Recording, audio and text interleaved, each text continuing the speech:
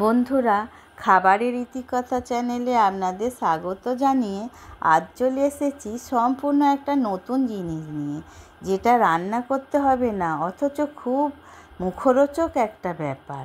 সেটা হলো টক ঝাল কুল মাখা।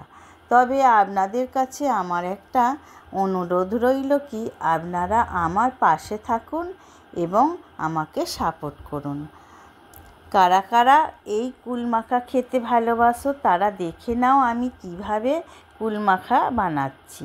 প্রথমে বাজার থেকে ছোট ছোট টোকো কুল কিনে আনতে হবে।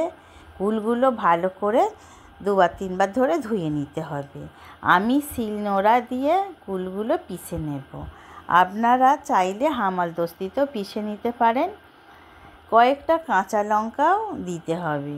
কাঁচা লঙ্কার একটা সুন্দর গন্ধ কুল মাখাকে আরও টেস্টি করে তুলবে।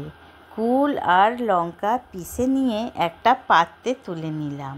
তারপর স্বাদ মতো নুন, বিট নুন, লঙ্কা গুঁড়ো ও কাছে যদি চাট মশলা থাকে তাহলে 1 চামচ দিয়ে দেবেন, আরও মুখরোচক হয়ে যাবে।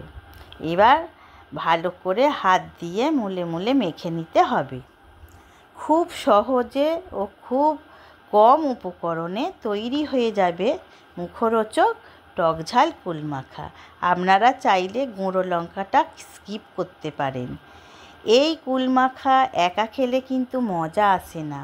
দুপুরবেলা সকলে একসাথে বসে কলা পাতায় এই কুল মাখা খাবার মজাই আলাদা।